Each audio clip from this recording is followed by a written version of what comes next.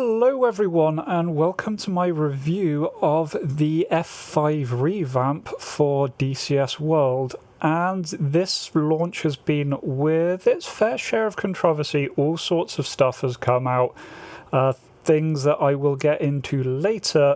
First, what I want to talk about is what you actually get with this module.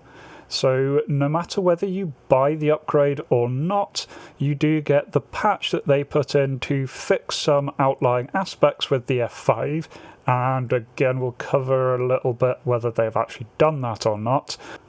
But if you'd like to upgrade, you can pay ED an extra $10 and they will give you a new redone internal cockpit and a new redone external view of your plane. So first off, let's jump in and see what those views actually look like.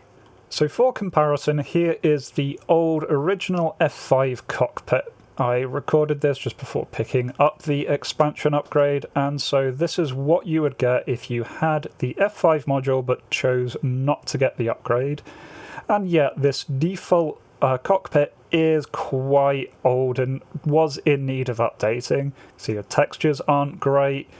There's a lot of missed detail. Everything seems to be a little bit blurry, and very, very importantly, the canopy looks like it's been cracked in 1,000 places. It's got this weird effect whenever you're looking towards a light source, where you get these canopy crack reflections absolutely everywhere in a very repetitive, repeating pattern there that is just glaringly bad. It was very distracting when I was flying with this, and it really does hamper your ability to actually spot targets, especially in the evening. You essentially can't look into the west in the evening or east in the morning. You get this absolute mess here. So here, comparing that to the new cockpit, and we can see that, yeah, the new cockpit is a little bit of a texture upgrade. Everything is a little clearer. I still wouldn't say it's perfect. The textures again seem a little off, a little low resolution compared to some other modules we've seen. Some of the text kind of looks a little bit blocky, but it's definitely better than it was. The real improvement here is, yes, the cockpit glass now looks really, really nice. There is still a little bit of chipping, but a realistic small amount that you would expect to see on glass is not brand new out of a factory, perfectly easy to see through. Really a big improvement. The other thing that they have certainly improved with this is that each of the dials now has a little reflective glass panel in front of them, and those look nice and pretty. I'll give them that. Those look pretty, and some of the light effects around do look nice in certain circumstances. Just don't look too close. If you kind of zoom in, sometimes the lighting effects start to look really, really weird, and again you can see the very kind of low resolution textures that are popping up. So that would certainly be a big point in favour of the new version, especially with that cockpit glass that you can see through. But it comes with a big but, in that I already had a really, really good experience flying the F5 with a 100% free user mod. I will link this down below if I can find where I got it from. Really good revamped internal cockpit that really makes the cockpit look like it's factory new. F5 was the idea of the mod, and so does away with all the chipping, gives you a nice polished internal surface, and importantly makes the glass not look like it's been hit with a hammer 50 times. And honestly, comparing this with the revamped version, I would very much say I actually prefer the mod version here. The textures look really nice, really crisp. Everything just pops a little bit better. Everything looks like it's had a little bit more effort, a little bit more polish into it. The only thing it's lacking is those really nice reflective dials. But honestly, I could live without those. I would prefer to have this really nice texture on everything else.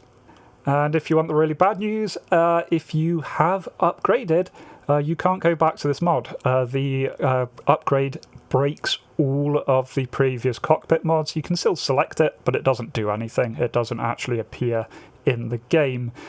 And so honestly, if you want the best F5 cockpit experience, save yourself the 10 quid and go to the mod. So what about the externals? So here is the original version flying around. It looks pretty decent. I mean, you are going to be viewing it from this F2 view is where you're going to be closest to it. And honestly, it looked fine from the external view. I never had a problem with the external elements of the F5. The cockpit certainly needed an update, but I was quite happy with this. So we can compare this with the new model. And again, here what we see is a pretty decent improvement. Can't really tell any difference to the actual 3D mesh that's gone on. That looks pretty much identical to me. But the textures, they have been updated. You can see a lot more work in them, a lot more detail, particularly on the wear and tear. I really like the effect they've got around the gun ports. But again, it's not a massive difference, and I would be hesitant to say that it is worth an extra 10 quid on top of this. You can get some really, really nice liveries, again, off of user files that have done a fantastic job at making the outside of this plane look unique and absolutely stunning. And again, this is where the implementation of this upgrade is really, really bad. When it comes to liveries, this upgrade comes with 4. Just 4. You have a grey, which has a number on the tail, and that's about it. You've got 2 aggressor skins, a desert and a blue, and you've got the fictional MiG-28 skin. That is your lot. Compare this to what we had before on just your general F5, you can see there is so much more that you can pick up here, and this is without any mods. As soon as you start looking into mods, say server-side mods, you get a massive option that we used to have available to us. Some absolutely beautiful skins that I love, they're all gone now. So honestly here, hands down, if you want the best external model of your F5, stick with the original, get some user-made mods, and you have a better version than what ED are selling you here. So yeah, the graphics update part, not great, but this did come with a free patch to address fixes, which I was really excited about. You don't have to pay anything for this free update. So maybe you could consider the revamp as kind of an optional donation to ED for doing work addressing these fixes. But then we didn't really get that many fixes. We've got a few here. Unfortunately, the one that I really would have liked to see, I can't find any trace of, and that is the RWR issue, where if you're in search mode, the RWR does not display the locking aircraft, so you can't tell that you're being locked. And if you have it out of search mode, then you only see the locking aircraft. You've got to choose whether you want situational awareness or to have some idea that something is targeting you. That doesn't seem to have been changed at all. That is with its original implementation, unless I'm very much mistaken. The other issue that I was happy to see on the list was the wings. The F5 is rather well known for having its wings just pop off in the middle of a DCS dogfight, and you can certainly take steps against that, but it did definitely seem weirdly flimsy, especially in comparison to other aircraft. And we do have an entry in the patch logs that says that they have addressed the wingtips being vulnerable to sudden onset G. I thought, oh, that sounds like they've fixed it. So I decided to do some testing. Now, it used to be if you were flying above 418 knots and you pulled back on the stick, it would snap the wings. And testing that here, we can see that in fact now we can pull back at 450 and the wings are fine. We can pull back at 480 and the wings are fine. And so, yep, this is a bit of an improvement. I wanted to see how far this would go, and it seems the magic number is now 500 knots. At 500 knots, when you pull back on the stick hard, it will just rip both wings off. Weirdly, we now no longer get a fire effect when this happens. The wings just kind of pop off. but the effect is the same. Your flight is very much over. I tested this with the dampeners on and with the dampeners off. Really, I see no difference in the rip behaviour. It seems to be identical in both, that you can manage about 480 knots, full sudden reverse throttle input, and you'll be fine. Hit 500, and if you do a full stick back, the wings both pop off very reproducibly. I've been trying this at various altitudes. This is at sea level. This occurs nicely at this 500 line. Does seem to be a little bit more flexible if you're a little bit higher up. So yeah, all of this is pretty disappointing so far, but what made me really want to actually sit down and do a video on this is the kind of disastrous way that ED have been handling this whole thing, and they just seem to be going out of their way to make it worse and worse and spite the players. So we were promised an update to the F5 quite a while ago, and I was really happy to see that. It was really good to see that ED was going to address some of the lingering bugs. The F5 is one of the oldest modules in the game, and so it was really nice to see them actually paying some attention there. Gave me a little bit of faith to the other legacy modules that are out there, that they might also get some polish going forward. Then a couple of weeks ago we found that this was not going to be a free patch at all, but was coming as a paid patch. It was then clarified that okay, all of the actual fixes were coming free, but we did have this £10 or $10 additional fee to upgrade. But then came a whole load of inconsistencies. One of the big ones was that initially they said, well, it's going to be a new module, so it's not going to go on sale, and this was right before the autumn sale, i.e. the Black Friday sale. They did initially clarify that yes, the original F5 would remain on sale throughout the sale period, so you would be able to pick it up during the sale at the $30 mark, and then get this extra $10 mark on top of that if you chose to. They absolutely did not do that. 2 days before the F5 revamp came out, the original F5 was completely removed from the store. This was during the sale, so I know a lot of people who were actually planning on picking up the F5 during the sale were not able to. And then comes what they did with the pricing.